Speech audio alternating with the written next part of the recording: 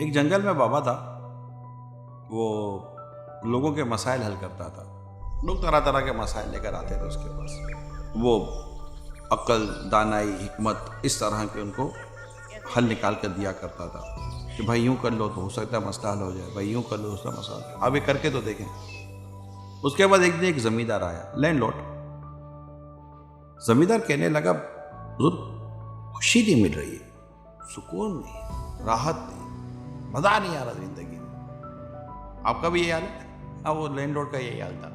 तो बाबा कहने लगे कि भाईजान, तुम्हारे बाप दादा ने विरासत में कुछ छोड़ा है तुम्हारे लिए?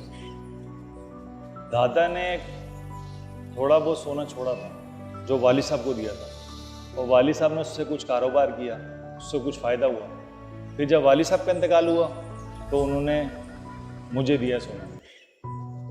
क्या वो तुम सोना यहाँ ला सकते हो? मैं देखना चाहता हूँ, इसमें तुम्हारा ही फायदा है।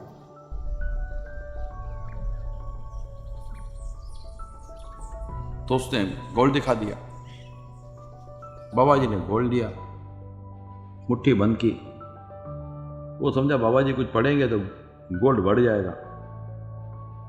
बाबा जी गोल्ड लिए और खड़े हुए और भागे।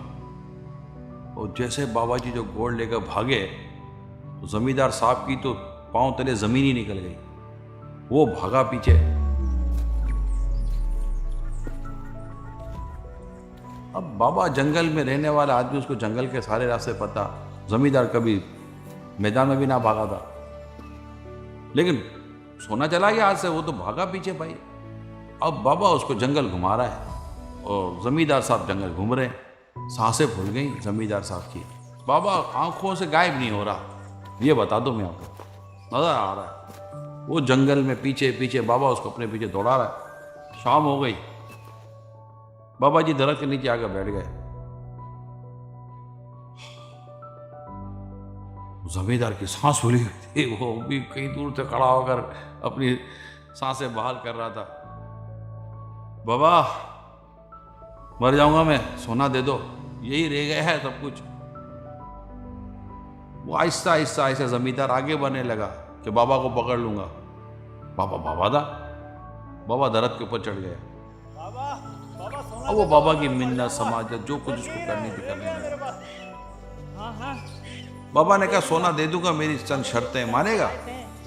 बोलो, मानोगे? क्या बाबा बोलो तो सही, क्या शर्तें हैं? क्या शर्त है? क्या जमीन पर नाक रगड़ेगा? नाक रगड़ोगे? रगड़ूंगा।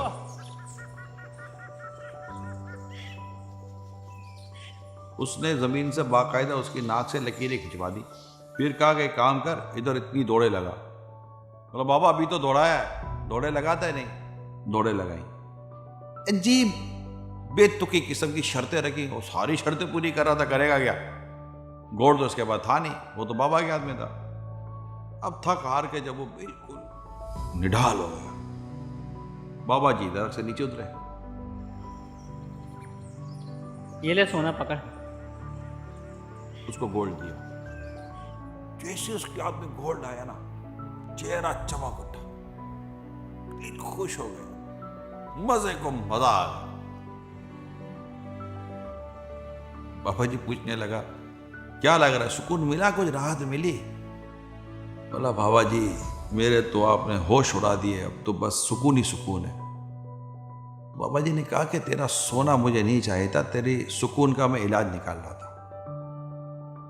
तेरा प्रॉब्लम यह है कि जो तेरे पास है ना, इससे तू राजी नहीं है, और तू किसी और को देख रहा है जिसकी वजह से तुझे प्रॉब्लम शुरू हो चुका।